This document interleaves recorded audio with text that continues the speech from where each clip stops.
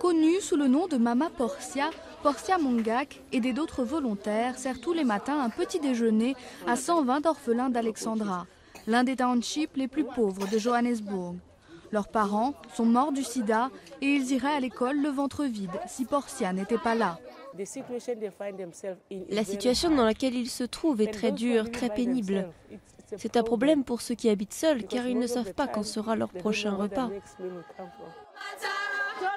Portia a quitté un mari violent il y a 16 ans. Quelques années plus tard, elle a pris 4 orphelins chez elle. Leur mère était morte du sida. Aujourd'hui, cette femme de 52 ans propose des activités à ses orphelins et leur fournit aussi des uniformes et des livres d'école.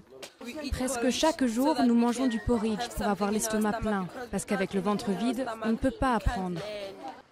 Selon l'UNICEF, presque 12 millions d'enfants vivent en dessous du seuil de pauvreté en Afrique du Sud, soit 2/3 du nombre total d'enfants dans le pays. 3,5 millions d'entre eux sont orphelins, souvent à cause du sida. Portia dépend de donations d'entreprises et de bienfaiteurs pour nourrir les enfants, mais sans garantie qu'il y aura à manger pour demain.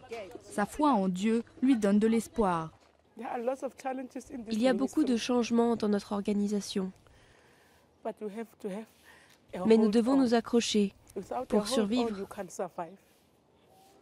Portia a agrandi son œuvre caritative. Elle aide les femmes atteintes du sida et les grands-mères du quartier, plus connues sous le nom de Gogo.